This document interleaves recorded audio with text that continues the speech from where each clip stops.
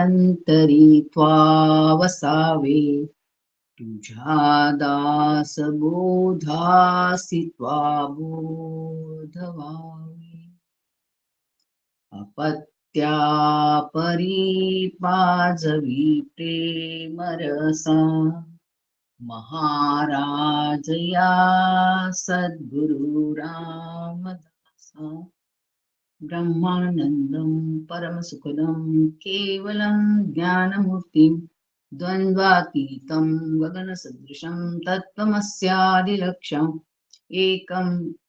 एकं नित्यं विमलमचलं सर्वधी साक्षिभूतं भावातीतं त्रिगुणरहितं सद्गुरुं तं नमामि सदाशिवसमारम्भां शङ्कराचार्यमध्यमाम् अस्मदाचार्यपर्यन्तां वन्दे गुरुपरम्पराम् वन्दे गुरुपरम्पराम्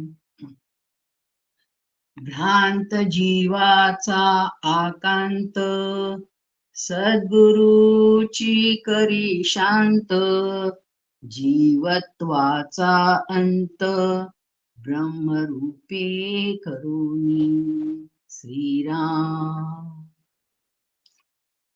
परमपूज्य श्री गुरु डॉक्टर काकांना साष्टांग वंदन करते. आचार्य डॉक्टर सुनीलजी लुंडे साष्टांग नमस्कार करते. प्रभू रामरायाला साष्टांग नमस्कार करते. समर्थ रामदास स्वामीजींना साष्टांग नमस्कार करते. समूहावरील दादांना साष्टांग नमस्कार करते. श्रोते हो, आपण जगदीश मूर्ती आपण सर्वांना वंदन करते आणि आजचं चिंतन आपण पाहूया. आजचं चिंतन जे आहे, जो आपण समास पाहिलेला आहे, तर त्या समासातील काही आवश्यक गोष्टी आपण पाहूया. नेमकं काय त्या समासामध्ये सांगितलेलं आहे,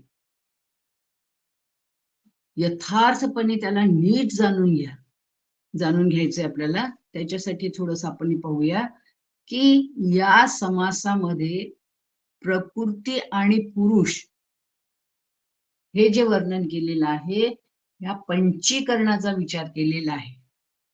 आपला समास कोणता सुरू आहे? दशक 17 आणि समास 9वा तनुचतुष्टय निरूपण. याच्यातील जे महत्वाचे मुद्दे आहेत ते आपण पाहणार आहोत सारूपाने. तर याच्यामध्ये पंचीकरणाचा विचार केलेला आहे आणि त्या पंचीकरणाचा विचार केल्यानंतर त्याचा तत्वझाडा आपल्याला करायचा आहे. जी 82 तत्वे आहेत त्या तत्वाचा झाडा करायचा आहे. त्या तत्वांचा आपल्याला निराश करायचा आहे. आता ही तत्वे कशी मिथ्या आहेत हे समर्थांनी या समासात स्पष्टपणे सांगितलेलं आहे. आणि या समासातील ही महत्वाची ओवी आहे असं वाटतं मला. ऐसी ही तत्वे जाणावी, जाणून माईक ओळखावी, आपण साक्षी निरसावी येणे रीती. या 82 तत्वे जी आहेत ही नीट समजावून घेतली. आणि एकदा ही नीट समजावून घेतली तर ती माई काय हे ओळखायचं आहे. त्याच्यामध्ये अडकायचं नाही. ते माईक आहे म्हणून त्याच्यातून काय करायचं आहे, माईक आहे तसं ओळखायचं आहे आणि त्याचा निराश करायचा आहे. तर आपण निराश सगळ्या दृष्टीने बघितला. कशा कशाचा निराश करायचा आहे या संपूर्ण गोष्टी आपण बघितलेल्या आहे. कशा कशाचा निराश केला हो आपण? स्थूल देह, 4 देहांचा, 4 अवस्थांचा, 4 भोगांचा, 4 शक्तींचा, मात्रांचा, ह्या सगळ्या गोष्टींचा उहापोह करून चिंतन करून आपण त्याचा निराश केलेला आहे. आणि याच्यातून काय काय हे करायचं आपल्याला घ्यायचं आहे की याच्यातलं जे सोलिव सुख आहे, जे आत्मस्वरूप आहे, तिथे आपल्याला काय करायचं आहे, ते सोलिव सुखामध्ये आपल्याला राहायचं आहे. आणि जसं जसं आपण ते एक एक पदर त्याचा सोलून काढू मक्याच्या कणसाचा आणि आत गर मिळतो, ते दाणे मिळतात कणसाचे, अगदी त्याप्रमाणे पंचकोशाचा सगळ्या गोष्टींचा आपल्याला हळूहळू निराश करायचा आहे. आणि हा निराश केल्यानंतर मग आत्मरूपी गर जो आहे तो आपल्याला भेटणार आहे. आणि याच्यासाठी स्टेप बाय स्टेप एक एक पायरी चढून आपल्याला कसा कसा निराश करायचा, कसा कसा केला सविस्तर आपण बघितलं, ते काही आज पाहणार नाही आपण, सविस्तर झालेलं आहे. पण मी आत्मा आहे या सर्वांचा साक्षी आहे, मी आत्मा या सर्वांचा साक्षी आहे असा निश्चय करून या सर्वांचा निराश करायचा आहे. हे ओळखायचं आहे, ओळखून मग सांडावे, त्याला ओळखायचं आहे. आणि ओळखल्यानंतर मग त्याचं साक्षीत्व करायचं. जसं जसं साक्षीत्व करू तसं तसं निराश होत जातो आणि आत्मस्वरूपाकडे आपण वळतो. त्या आत्मस्वरूपाच्या तिथे आपल्याला स्थिर व्हायचं आहे. म्हणून देहाचे अस्तित्व अनुभवात येत असून सुद्धा खरं तर आपण स्वरूप ओळखत नाही. आपण खऱ्या मिशी त्याचा किंचितही संबंध नसतो आणि हा अनुभव घेणं याला निराश असं म्हणतात. हा निराश आपण सविस्तर बघितला आहे की 82 तत्वे मिथ्या आहे, याच्यात काही तथ्य नाही आहे, मिथ्या आहे असं जाणून ती काय करायची आहे, हे लक्षात घ्यायचं. हे लक्षात घ्यायचं म्हणजे अंतःकरणात हे पक्क बसवायचं आहे आणि मी म्हणजे आत्मा सत्य आहे हा निश्चय करावा. आपला निश्चय होत नाही, इथे गडबड आहे. घडोघडी बिघडे निश्चय अंतरीचा, हा माझा निश्चय होत नाही आहे. तर निश्चयाच्या ठिकाणी आपल्याला स्थिर राहायचं आहे. निश्चयाचे बळ तुका म्हणे तेची फळ.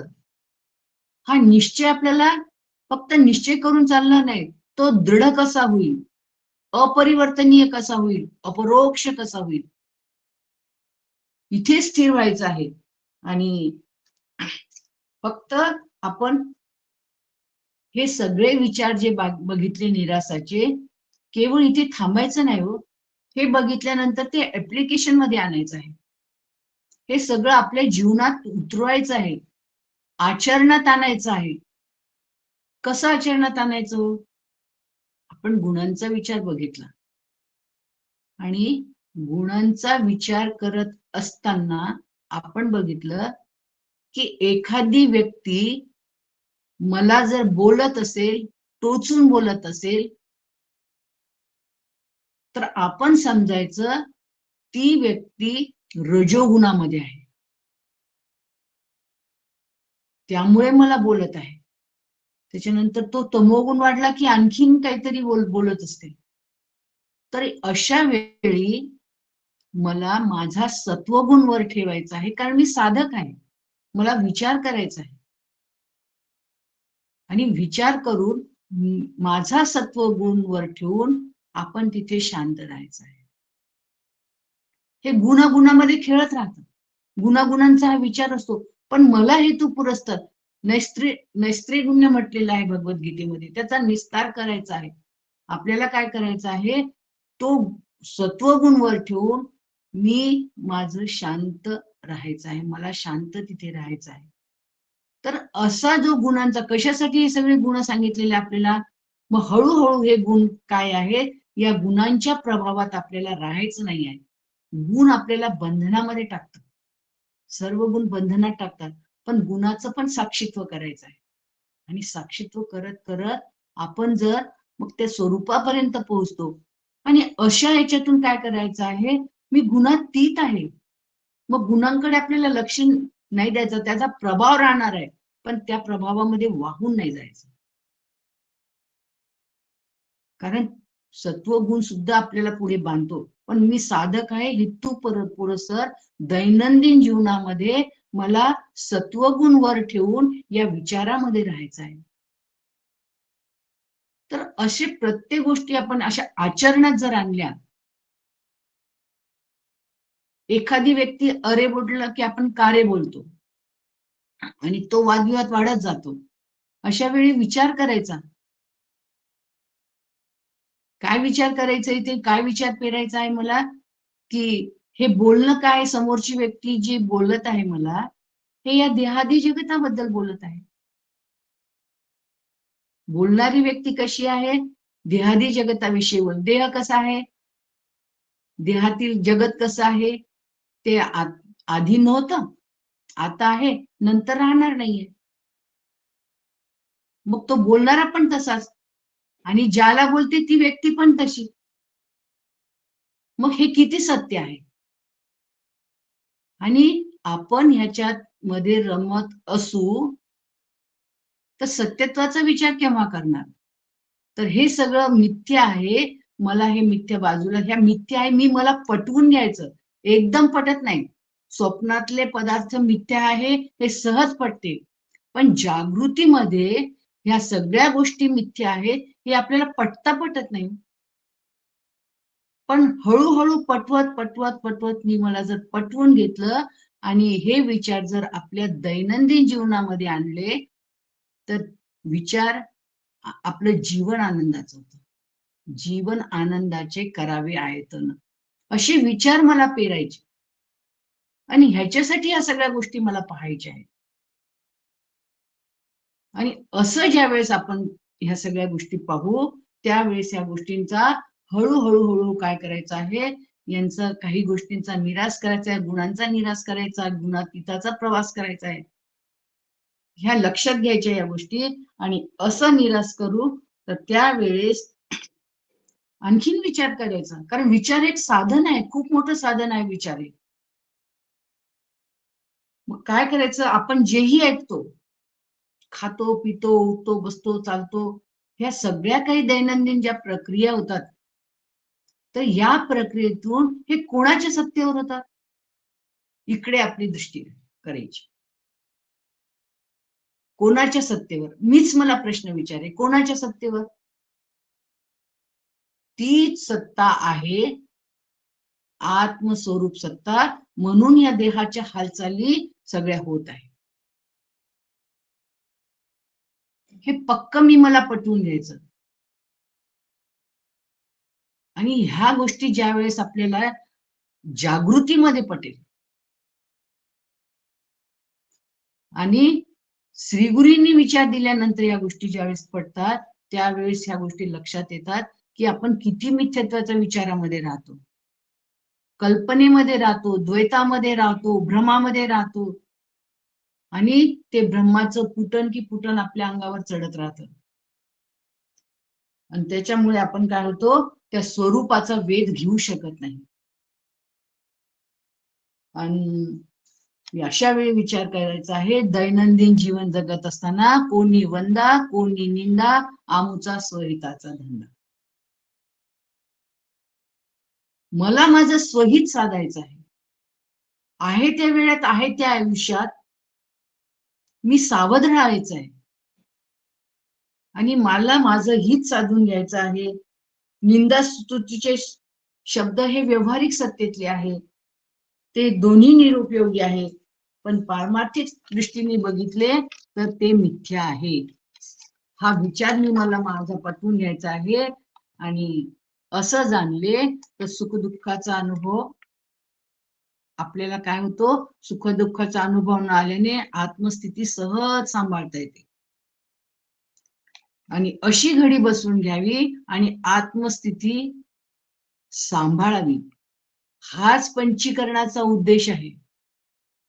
समर्थांनी हा पंचीकरणाचा उद्देश आपल्या समोर कशासाठी मांडलेला आहे, तर जीवनात आपली घडी नीट बसून घ्यायची आणि आत्मस्थिती सांभाळायची.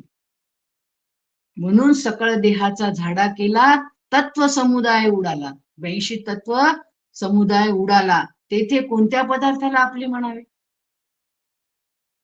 हा सगळा निश्चय करून काय करायचं आहे, सगळं तत्वाचा झाडा केला, सकळ देहाचा झाडा केला, तत्व समुदाय, तत्व आपलं सकळ देहाचा झाडा केल्यामुळे, जे निराश केल्यामुळे तत्व समुदाय उडाला. वेगळं उडावं लागलं का त्याला, निराश करत गेलं की आपोआप आपोआप आपोआप या गोष्टी कमी कमी होऊन जातात. म्हणून तत्व समुदाय 82 तत्व समुदाय उडाला. तेथे कोण्या पदार्थाला आपले म्हणावे? जे आपलं नाहीच आहे त्याला आपण घेऊन बसतो. मी आणि माझं घट्ट चिटकून बसतो आणि त्याच्यामध्ये अडकून पडतो. हे सगळे बंधनात टाकणार आहे. मी यापेक्षा वेगळा आहे हा विचार इथे पेरायचा आहे. आणि असा निश्चय केला तर आत्मस्थितीच्या ठिकाणी आपण सहज स्थिर राहतो. म्हणून पंचीकरणाच्या प्रक्रिया म्हणजे परमार्थ नव्हे, पण पंचीकरणाचा निराश करणे हा परमार्थ होय. आपण बघितलं, आत्मदृष्टी जर आपली वाढवायची असते, आत्मदर्शनासाठी हळूहळू आपल्याला तिकडे जायचं असेल तर कोणत्या गोष्टी आवश्यक आहे? श्रवण, मनन, निधिध्यासन, तत्वम पदार्थ शोधन आणि या गोष्टींचा निराश, तत्वम पदार्थ शोध, चत्वार देहाचा निराश, आत्मनात्म विवेक, साक्षीत्व, ह्या सगळ्या गोष्टी आपण हळूहळू हळूहळू हळू एक एक अंगीकारू ना, त्यावेळेस हे सगळे ही अंतरंग साधन आहे. आणि बहिर साधन बाजूला सारून हळूहळू अंतरंग साधनात प्रवेश करायचा आहे. म्हणजे त्या तत्वाचे तिथे आपण स्थिर होऊ. आणि अंतरंग साधन काय करायचं आहे त्याच्यानंतर याच्याशिवाय एक आणखीन काल सांगितलं होतं की विषय दोष दर्शन, हे पण एक आंतरिक साधन आहे. त्या विषयामधलं जो आपण हे जाणायचं की या विषयामध्ये कोणते दोष आहेत, त्याच्यातलं बद्धत्व, मिथ्यत्व, हे सगळं काल आपण सविस्तर बघितलं.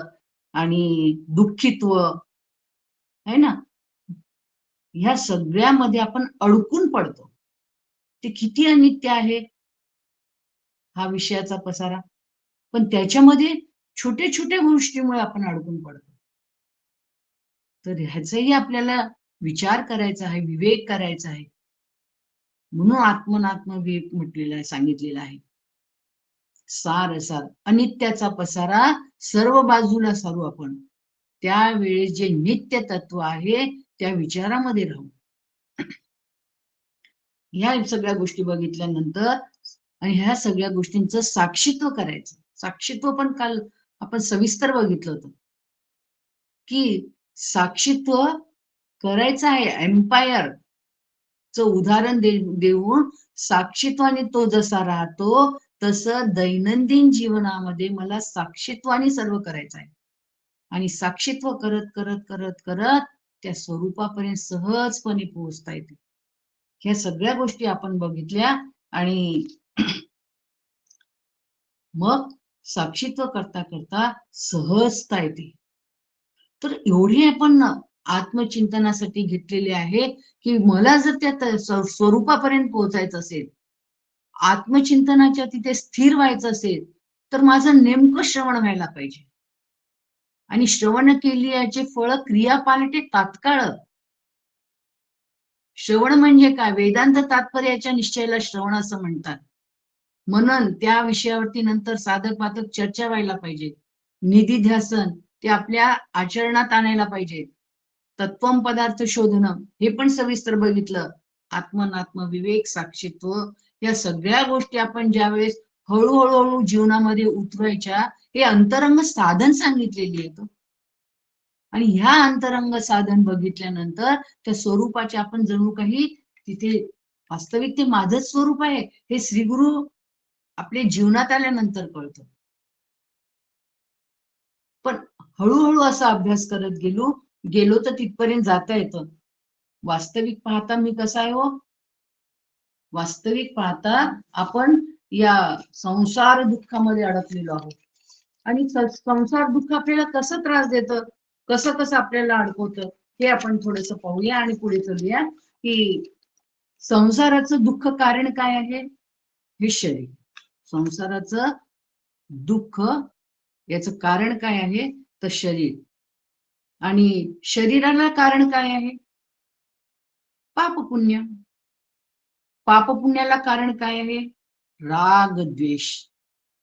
पण सगळं सविस्तर झालेलं शॉर्ट मध्ये पाहतो. आणि राग द्वेषाला कारण अनुकूल आणि प्रतिकूलतेचं ज्ञान. आणि अनुकूल प्रतिकूलचे ज्ञानास कारण आहे भेद ज्ञान. आणि भेद ज्ञानास कारण आहे अज्ञान. कशाविषयी? आत्मस्वरूपाविषयी. आणि या भेदाच्या मुळे आपण काय होतो? भेदामध्येच राहतो आणि आयुष्य संपून जातं. अनेक जन्म मृत्यूच्या फेऱ्यामध्ये आपण अडकतो.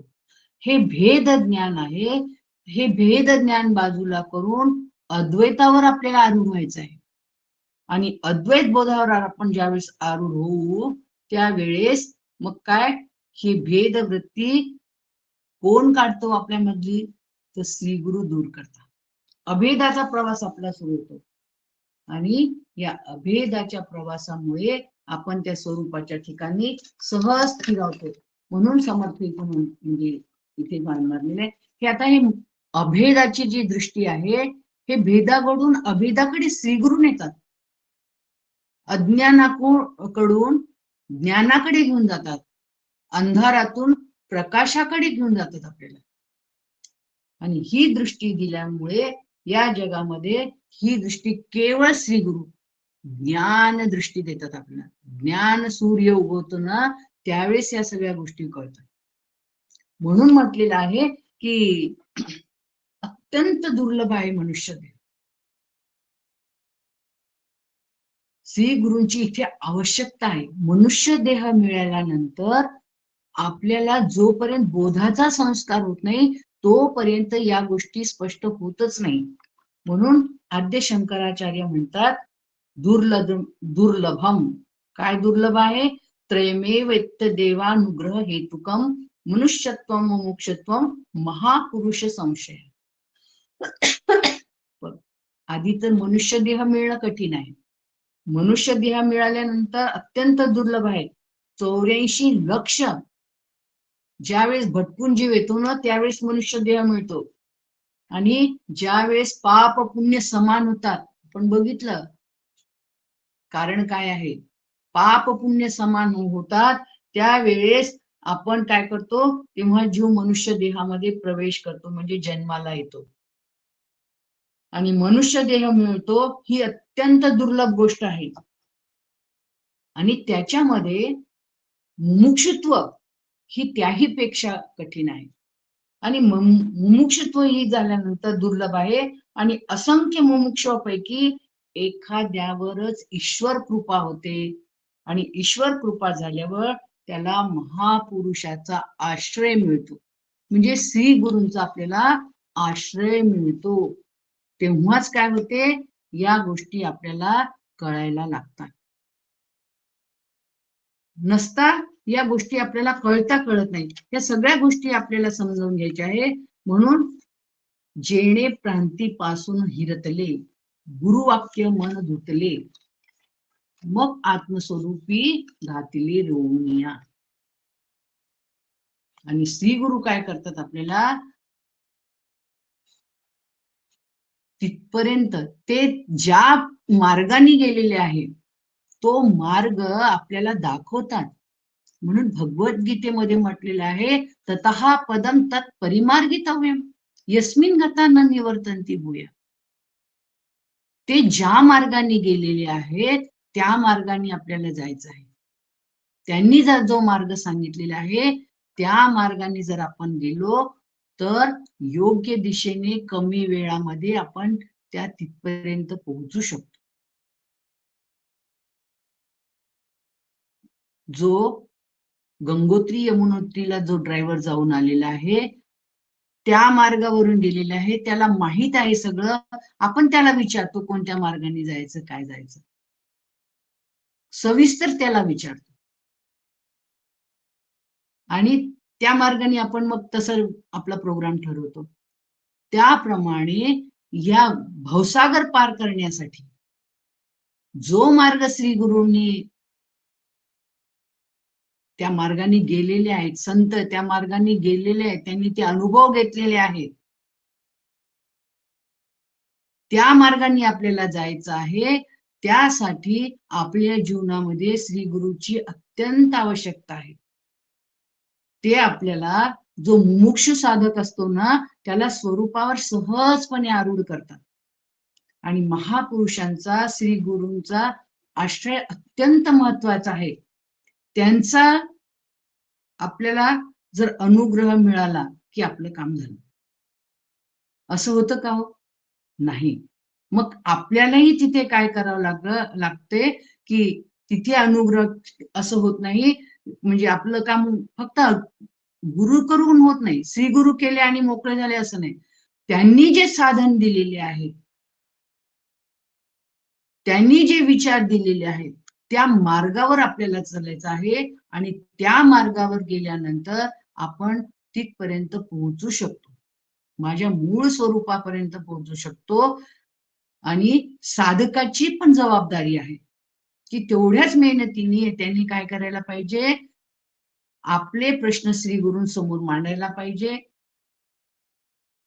प्रपंचिक अडचणी नाही, आध्यात्मिक गोष्टी अर्ध्या रात्री पण ते आपले सोडवतात. एकदा श्री गुरु काकांना एक जणांनी रात्री 2 वाजता प्रश्न विचारला. काकूंचं तिथे समोर पेट असताना, तर काकांनी त्यावेळेस त्याला 2 वाजता पारमार्थिक पंचदशी मधला प्रश्न होता, तो सहज सोडवला. म्हणजे एवढे ते आपले, फक्त शिष्यांनी विचारायला पाहिजे, ते आपले प्रश्न सोडवतात.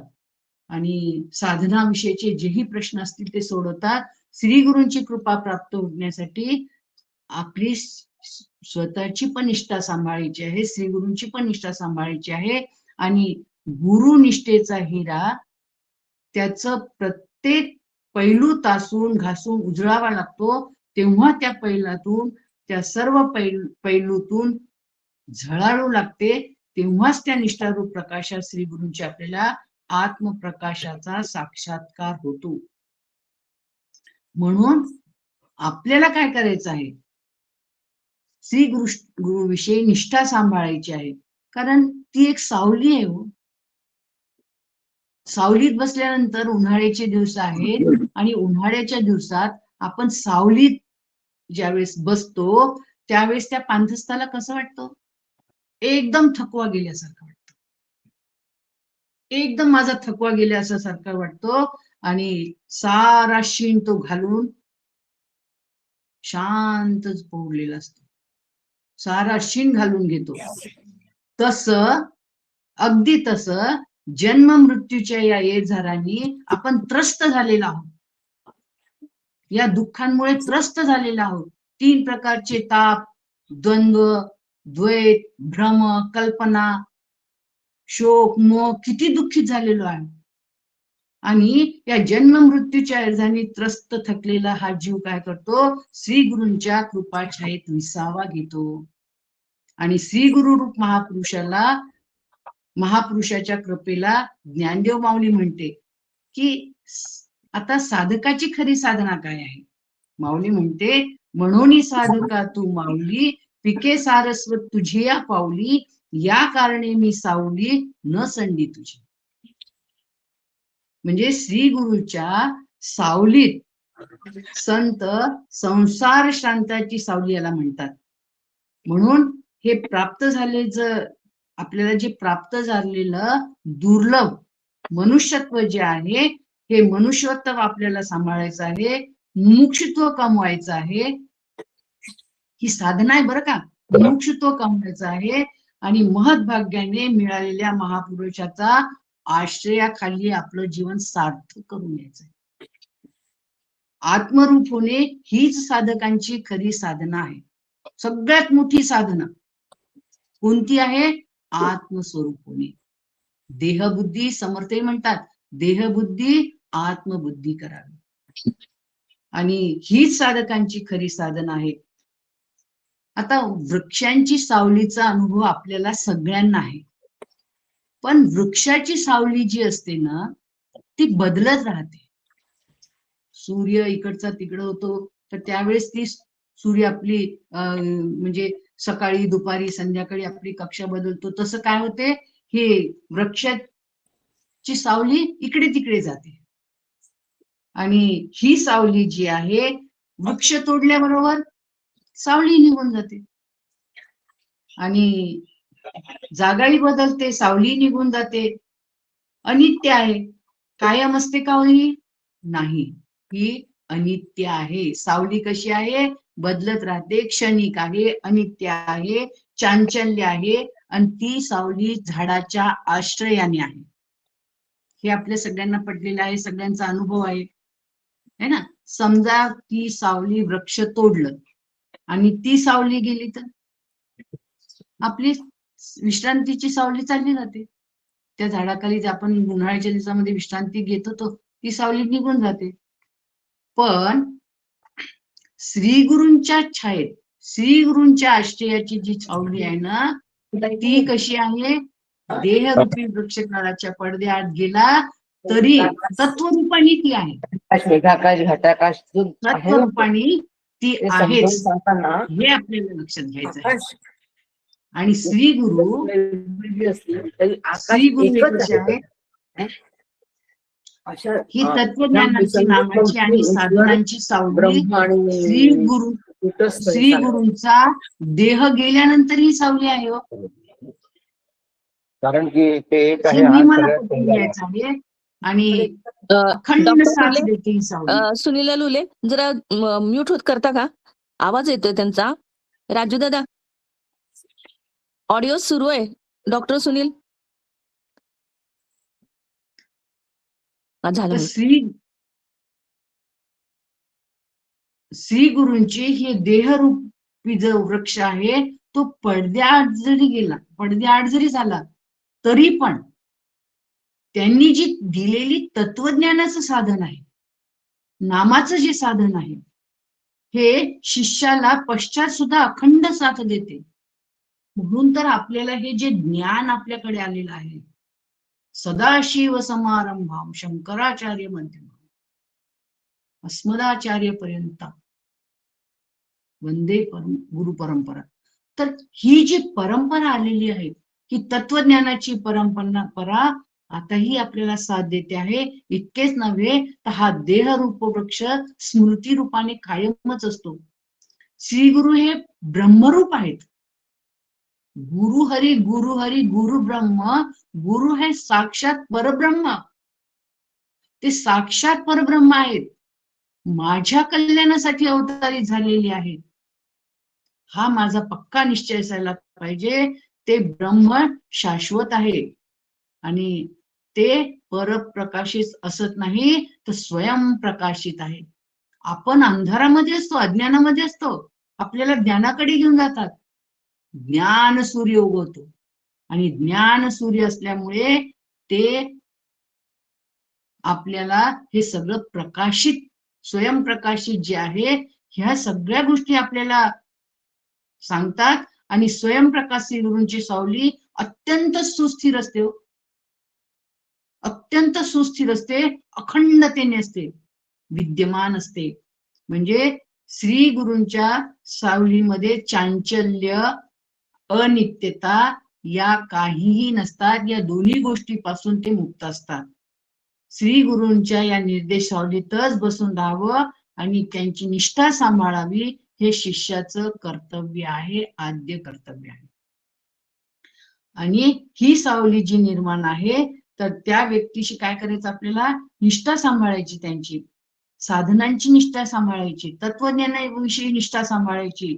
आणि श्री गुरु जोपर्यंत सगुण साकार देह रूपात आहे तोपर्यंत व्यक्तिनिष्ठा, तत्वनिष्ठा, साधनिष्ठा या तिन्ही निष्ठा सांभाळायच्या आहेत आणि अखंड सांभाळायचे आहेत. त्यानंच आपल्या कल्याण होणार आहे, या देहाची सार्थकता होणार आहे. हे मी नीट समजून घ्यायचं, कारण आपली पण जबाबदारी आहे. श्री गुरु म्हणजे आपल्याला बोध देऊन मोकळवतात, पण नंतर शिष्याने काय करायचं आहे तर ही आपली जबाबदारी. आपण ती तत्वनिष्ठा वारंवार आपल्याला सांभाळायची आहे. आणि जीवन जगत असताना याच देहामध्ये, मेल्यानंतर कुणी बघितलं मुक्ती आहे की काय आहे, कुठं जाणार आहे, काय येणार आहे, पण आहे त्या याच्यामध्ये, देहामध्ये आपल्याला आहे त्या वयामध्ये, आहे त्या परिस्थितीमध्ये या सगळ्या गोष्टी नीट सांभाळायच्या आहे आणि जीवन आनंदाचं करून घ्यायचं आहे. आणि ह्या गोष्टी आपण ज्यावेळेस सांभाळू ना त्यावेळेस आपण आत्मतत्वावर ब्रह्मतत्वावर आरूढ होऊ. सगुणच निर्गुण आहे आणि ह्याचा आपल्याला प्रत्यय घ्यायचा आहे. श्री गुरूंच्या सावलीचं आपण रूप बघितलं, ती कशी तयार होते. एकनिष्ठ भाव माझा सद्गुरु पायापाशी, त्यात सर्व तीर्थ आहे यमुना जमुना काशी. आज मजला दर्शन झाले, पूर्व पुण्य उदय आले. पूर्व पुण्य उदयाला येतो. फक्त त्यांच्याशी एकनिष्ठ राहावं लागतं. त्यांनी जे तत्वज्ञान आपल्यामध्ये पेरलेलं आहे तिकडे आपली दृष्टी असायला पाहिजे. पण अशी दृष्टी आपण ज्यावेळेस ठेवू त्यावेळेस हा प्रत्यय घ्यायचा आहे. आपल्याला हा प्रत्यय घ्यायचा आहे आणि हा प्रत्यय घेतल्यानंतर ही सावली समजावून घेतल्यानंतर त्या सावलीच्या छायेत निसंशयपणे राहायचं आहे. घनदाट शांत सावली मिळते आपल्याला. आणि या मध्ये एक गीताचं पण वचन दिलेलं आहे. भगवद्गीतेने वचन दिलेलं आहे. श्रीकृष्णांनी आपल्या शिष्याला सांगितलेलं आहे, तत्विद्धी प्रणिपातेन परिप्रश्नेन सेवया उपदेक्षन्ति ते ज्ञानम ज्ञानी हा तत्वदर्शिना. अर्जुना, अत्यंत नम्र भावाने ज्ञानी आणि तत्वदर्शी पुरुष काय करतात, प्रणिपात करून त्यांची सेवा करायची आहे. त्यांच्यावर निष्कपट भावाने काय करायचं आहे, परिप्रश्न विचारायचे आहे. या श्लोकामध्ये गुरुनिष्ठा निर्माण करून ती दृढ करण्यासाठी 3 मार्ग सांगितलेले आहेत. ही गुरुनिष्ठा आपल्या अंतःकरणामध्ये साठवून यायची आणि जीवन जगत असताना या 3 गोष्टी आपण 3 मार्ग गुरुप्रती भगवंतांनी काय ही निष्ठा अंतःकरणामध्ये दृढ होण्यासाठी 3 मार्ग सांगितलेले आहे श्लोकाच्या माध्यमातून. पहिला मार्ग प्रणिपात करणे, दुसरा मार्ग परिप्रश्नेन सेवया, त्यांना प्रश्न विचारणे, आणि तिसरी सेवा करणे. सेवा करणे म्हणजे ही भौतिक जगातली तर सेवा आहेच, पण खरी सेवा कोणती आहे, त्यांनी जे विचार दिलेले आहेत ते विचार आत्मसात करून आचरणात आणणे. या 3 मार्ग अगदी संक्षेपाने मी सांगितले, फक्त उल्लेख केलाय. हा सविस्तर अभ्यास भगवद्गीतेमध्ये दिलेला आहे. आणि अशी आपण निष्ठा सांभाळू तर निश्चित रूपाने याच देही याजवळ आपण तिकडे वळू शकतो. मग श्री गुरु आपल्याला आणखी काय देतात हो? आपण मागच्या पण श्लोकांमध्ये सविस्तर बघितलेलं आहे की श्री गुरु आपल्याला भ्रांतीपासून दूर करतात. एकही शंका राहत नाही मनामध्ये, सगळ्या शंकांचं निरसन होऊन जातं. आतापर्यंत परमार्थाविषयी अनेक शंका असायच्या, पण सगळ्या शंकेचं निरसन श्री गुरु करून देतात. जसं आपण बघितलं, काकांना एकदा श्री गुरु जे आहेत डॉक्टर देशमुख, श्रीकृष्ण देशमुख काका यांना एक व्यक्ती आली आणि त्यांनी म्हटलं की काका, मला माझ्या मनामध्ये अनेक प्रश्न आहेत. एवढी मोठी डायरीच्या डायरी आणली होती प्रश्नांची. आणि काकांनी म्हटलं, काका म्हणे ठीक आहे, तुझे सगळ्या प्रश्नाचे उत्तर दे, फक्त हे 2 दिवसाचे सत्संग आहे ना, ते सुरू आहेत ना, तू ते ऐक आणि 2 दिवसानंतर ती डायरी माझ्याकडे घेऊन ये, तुझ्या सगळ्या प्रश्नाचे मी उत्तर देईन. आणि त्या माणसाने 2 दिवस सत्संग ऐकला. 2 दिवसांच्या सत्संगामुळे त्याच्यावर एवढा परिणाम झाला की त्यांनी ती डायरी विसर्जित करून टाकली पाण्यामध्ये, समुद्रामध्ये. आणि नंतर काकांनी विचारलं 2 दिवसानंतर, अरे बाबा, तुझी डायरी घेऊन ये, तुझ्या ज्या शंका असतील त्या सगळ्या शंकाच्या प्रश्नांचे उत्तर देतो. तर त्यांनी सांगितलं, काका, मी माझी डायरी समुद्रामध्ये टाकून दिली, कारण माझ्या सगळ्या प्रश्नांची उत्तरं मला मिळाली. मी निसंशय झालो. आणि ताबडतोब तो श्रीगुरूंना शरण गेला. तर आपल्या सगळ्या शंकाचं निरसन श्री गुरु करतात. म्हणून भ्रांतीपासून हिरतले गुरुवाक्य म्हणत होते. हा जो आहे श्री गुरु उपदेश करतात ना, श्री गुरु आपल्याला उपदेश करतात, तू देह नाहीस, तू सूक्ष्म देह नाही, तू स्थूल देह नाही, तू कारण देह नाही. हे सगळे आपण सविस्तर बघितले हो. अज्ञानामुळे होणारा मी नाही आहे, मग तीन अवस्था माझ्या ठिकाणी नाही आहे. कोणतीही मनाने केलेली कल्पना हे तुझं स्वरूप नाही आहे रे बाबा. हे श्रीगुरु आपल्याला वारंवार समजावून सांगतात. मी कसा आहे? विकार रहित आहे. या देहाहून मी वेगळा आहे. मी परब्रह्म आहे. मी एकमेव अद्वितीय आहे. मी त्रिगुणातीत आहे. हे माझं स्वरूप आहे. सच्चिदानंद स्वरूप आहे. हे आपण सगळं सविस्तर बघितलं. मी ब्रह्म आहे. मी आनंद रूप आहे. आणि असं ज्या वेळेस आणि श्री गुरु ह्या सगळ्या गोष्टी आपल्याला वारंवार समजावून सांगतात, त्या मी घट्ट माझ्या अंतःकरणामध्ये बसवायचं आहे. आणि असं ज्या वेळेस बसू त्यावेळेस आणखीन श्री गुरु काय करतात? तत्वम पदार्थ शोधन, तत्वमसी वाक्याचा बोध देतात. काय बोध देतात होते? तत्वम असी हे 3 शब्द आहे या बोधामध्ये, या महावाक्यामध्ये. तर तत्वम असी, तत् म्हणजे ईश्वर चैतन्य, ईश्वर चैतन्य, ब्रह्म चैतन्य. म्हणजे वाच्यार्थाने ईश्वर चैतन्य आणि लक्षार्थाने ब्रह्म चैतन्य. आणि त्वम विषयी वाच्यार्थाने जीव चैतन्य और लक्षार्थाने कूटस्थ चैतन्य. आणि असी ह्या पदाने ब्रह्म चैतन्य, कूटस्थ चैतन्य यांचं ऐक्य सांगितलेले आहे. आणि तत्वतः हे एकच आहे. आणि नंतर सांगतात ते तू आहेस रे बाबा. तर असा आपल्याला बोध दिल्यानंतर मग आपलं जीवनच आनंदाचं होईल. आणि जीवन आनंदाचे करावे आयतन. सद्गुरूंच्या देहामुळे शिष्याला आत्मसुखाचा लाभ होतो. आणि हा आत्मसुखाचा लाभ झाल्यानंतर श्री गुरु नेहमी ब्रह्मभावामध्ये असतात, ईश्वर भाव ठेवतात. आणि त्यांच्या शरणांगतीत आपल्याला राहायचं. यातच आपल्या देहाची सार्थकता आहे.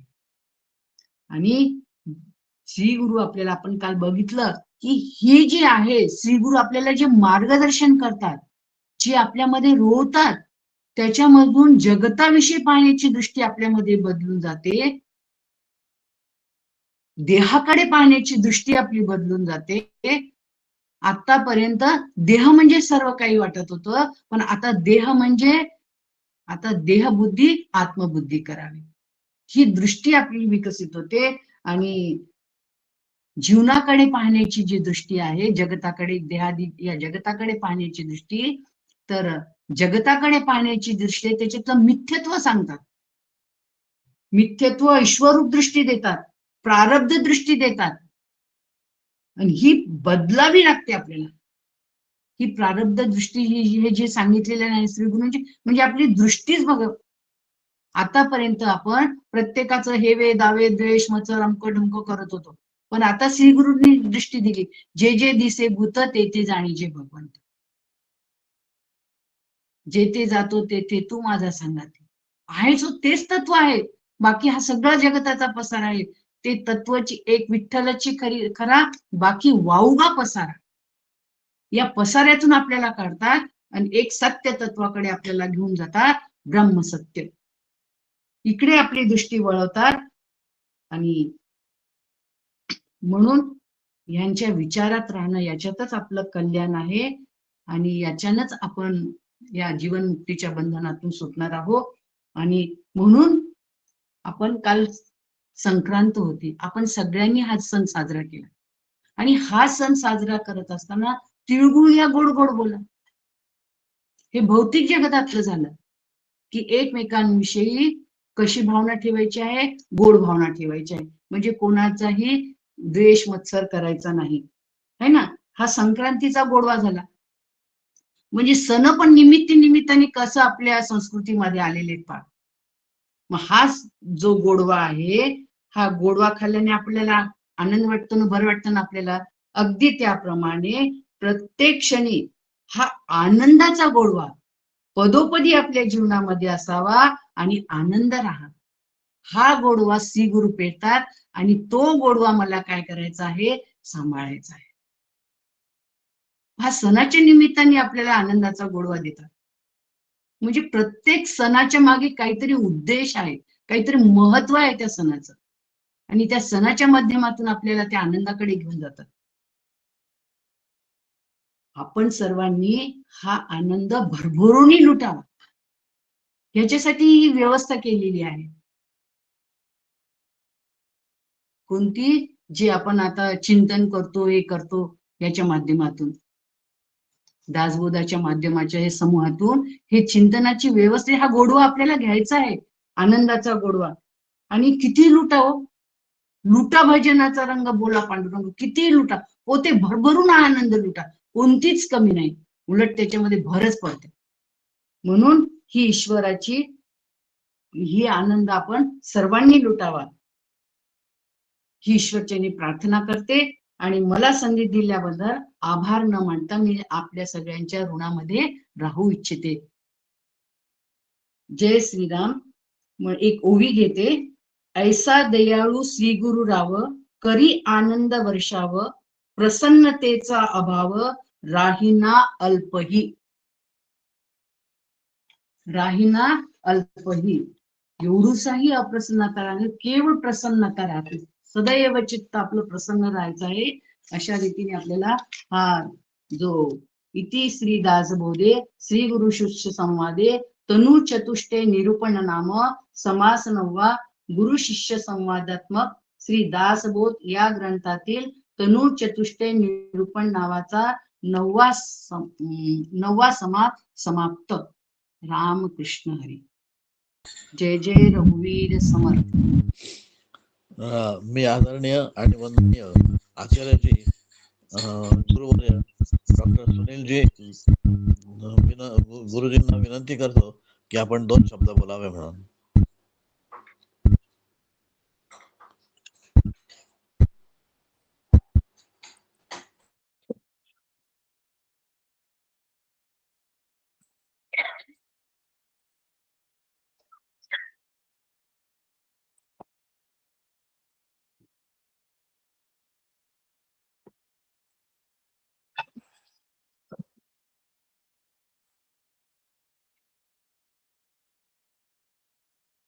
आपल्या सगळ्यांना वंदन करतो.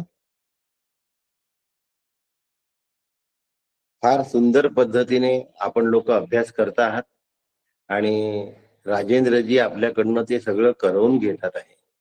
तुम्ही एवढ्या थंडीत सकाळी हे सगळं ऐकायला राहता, ही कमालीची गोष्ट आहे.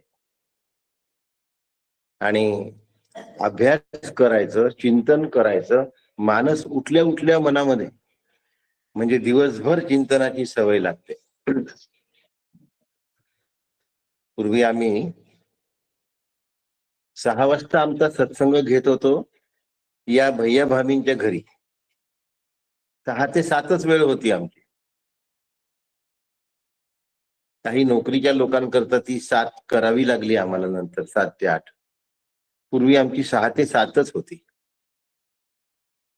आणि मध्ये जे अनम्यूट झालं होतं त्यावेळेला थोडासा बोलण्याचा विचार होता माझा.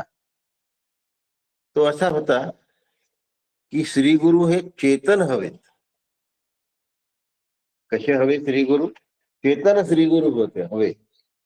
भाभींनी सुंदर वर्णन केलं की त्यांना प्रश्न विचारायचे असतात आणि तेही पारमार्थिक प्रश्न विचारायचे असतात. म्हणून साधका तू माऊली, फिटे पीर सारस्वत तुझे पाऊली.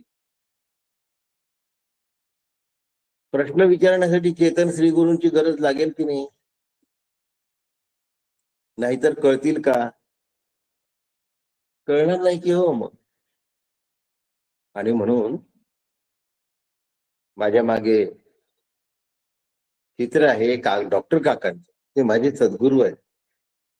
आणि प्रश्न विचारलाय, तू कोण आहेस, काय करीत आहेस, ठाऊक आहे ना? आता मी जर ब्रह्म आहे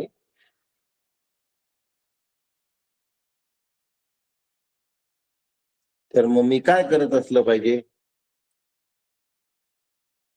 ब्रह्मस्वरूपाचं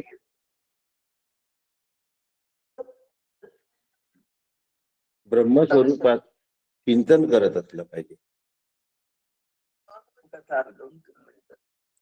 आणि अकर्ताहून कार्य केलं पाहिजे. आणि याचं सदैव भान ठेवावं लागतं.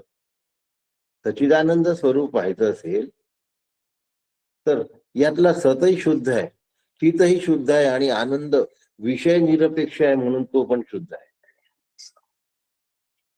असे जे सच्चिदानंद आहे त्या सच्चिदानंदाशी मला ऐक्य पावायचं आहे.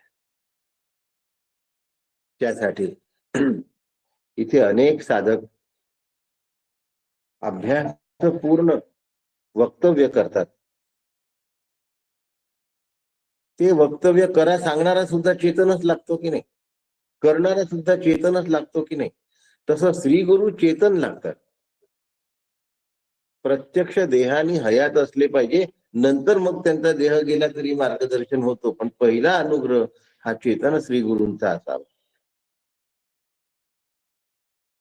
डॉक्टर भावी पुरोहित यांचा जीवनक्रम पाहायला मिळाला. हे दोघही पती पत्नी यांनी आपलं आयुष्य सत्संगाला वाहून दिलं. सत्संगासाठी कितीही दुरून भैया येत असत, पण सकाळचा सत्संग अटेंड करत असत, रातोरात गावाला परत येत असत.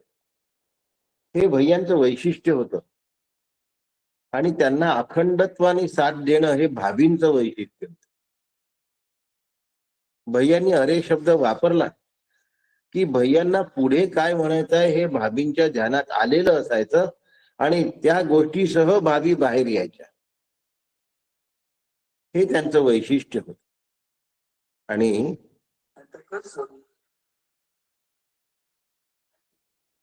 कुठल्याही प्रसंगी भाभींनी ना नाही म्हटलं. कुठल्याच प्रसंगांना भाभींनी ना नाही म्हटलं. म्हणून डॉक्टर काका भाभींबद्दल बोलताना असं म्हणाले की ह्या सबब देत नाहीत. कधीही सबब भाभींनी दिली नाही. ऐन वेळी तुम्ही भाभींना म्हणा की भाभी आता कसं करायचं, तर भाभी लगेच सांगतात मी तयार आहे.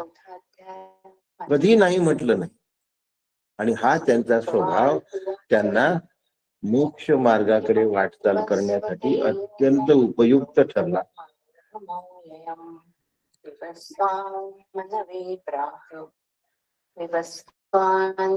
विवेक चूडामणीच्या श्लोकाचा त्यांनी उल्लेख केला होता. 3 गोष्टी दुर्लभ होत्या. त्यातला महापुरुषांचा संश्रय म्हणजे आश्रय हा सगळ्यात दैव दुर्लभ भाग आहे. आणि देव दुर्लभ भाग. दैव दुर्लभ प्रारब्धाने ते प्राप्त होणं अवघड काम आहे, महापुण्य लागतं. आणि देव दुर्लभ म्हणजे ते देवांना सुद्धा दुर्लभ आहे. कारण स्वर्गामध्ये मोक्षाची व्यवस्था नाही. मोक्षाची व्यवस्था फक्त मृत्यू लोकामध्ये आहे. म्हणून देव दुर्लभ आणि दैव दुर्लभ सुद्धा. अशा तऱ्हेने असंख्य लोकांच्या घरामध्ये आपल्या समाजाच्या सगळ्या प्रथा आणि रीतीभाती सांभाळून भाभींनी अध्यात्माचा अभ्यास केला. सुरुवातीला प्रत्येकालाच या गोष्टी कठीण जात असतात, पण त्याचा सराव झाल्यानंतर सगळं घर जसंच्या तसं सांभाळून दवाखाना करून भाभी डॉक्टर आहेत, भाभी अभ्यास पण करत असत. आणि आलेल्या गेलेल्या पाहुण्यांची वर्दळ मी त्यांच्या घरा इतकी कुठेच पाहिली नाही. पण त्यांच्या अभ्यासात कधी त्रुटी राहिली नाही. रात्र रात्र बसून भैया भाभींनी अभ्यास केलाय 2-2 वाजेपर्यंत. आणि सकाळी 6 वाजता सत्संगाला तयार राहत असत आणि बोलायला तयार राहत असत. 2-2 वाजेपर्यंत अभ्यास करून केव्हा झोपायला मिळणार, केव्हा काय. कधी पेशंट सुद्धा 5-5 वाजता उठवायचे. पण अभ्यासात त्यांनी तडजोड केली नाही. म्हणून डॉक्टर काकांचं वचन सत्य वचन आहे की भाभी सदैव तत्पर असतात. अशी तत्परता जीवनामध्ये प्राप्त झाली पाहिजे. आता त्या ऑस्ट्रेलियाला शिफ्ट झाल्या आहेत आणि ऑस्ट्रेलियातूनही त्या अभ्यास करतात आणि प्रवचन करतात. मराठी, हिंदी आणि मारवाडी तिन्ही भाषांवर त्यांची कमांड आहे आणि या भाषांवर कमांड ठेवून त्यांनी दासबोधाचा अभ्यास केला आणि समर्थांच्या अभ्यासाने त्या भारावून गेल्या. डॉक्टर काकांच्या सहवासाने त्यांनी आपलं जीवन धन्य करून भाभी कधी सबब देत नाही. हा भाभींचा गुण आपण आपल्या जीवनामध्ये उतरवायचा आणि केवढ्याही अडचणीमधून रस्ता काढू शकतो हे शिकायचं, असं आम्ही लोक त्यांच्यापासून शिकलो. त्यांना माझ्या खूप खूप शुभेच्छा. पुन्हा पुन्हा त्यांनी अभ्यास करावा आणि आपला फायदा इतरांना करून द्यावा अशी त्यांना विनंती करतो. श्री राजेंद्रजी क्षीरसागर यांच्या उपक्रमाला माझे सदिच्छा, आशीर्वाद. राम कृष्ण हरी. गुरुवार धन्यवाद. मी आपले उपकार न आपण ऋणातच राहणे पसंत करतो. आपण अतिशय सुंदर प्रकारे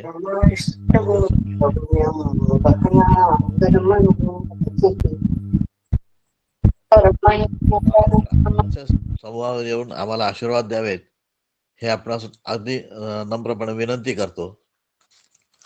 आणि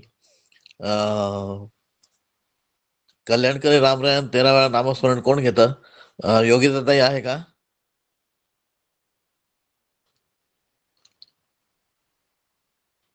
कल्याणकरी रामराय कोण घेतं? मी घेते. घ्या.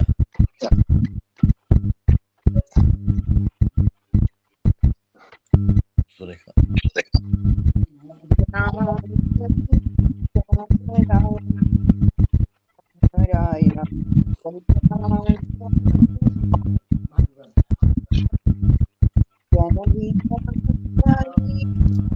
आता विवरी कल्याण करी राम राया, राम राया कल्याण करी राम राया. तळमळ तळमळ होतची आहे, होतची आहे. हे जन हाती धरी दयाळा, कल्याण करी राम राया, राम राया कल्याण करी राम राया. अपराधी जन चुकतची गेले, चुकतची गेले. तुझा तूची सावरी दयाळा, कल्याण करी राम राया, देवराया कल्याण करी राम राया. कठीण त्यावरी कठीणची झाले, कठीणची झाले.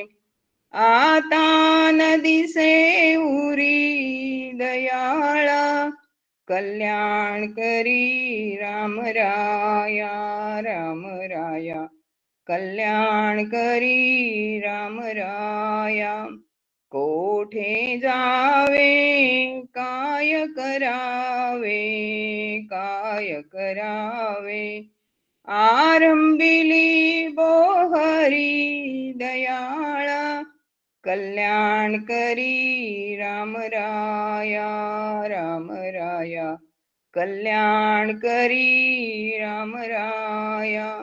दास म्हणे आम्ही केले पावलो, केले पावलो.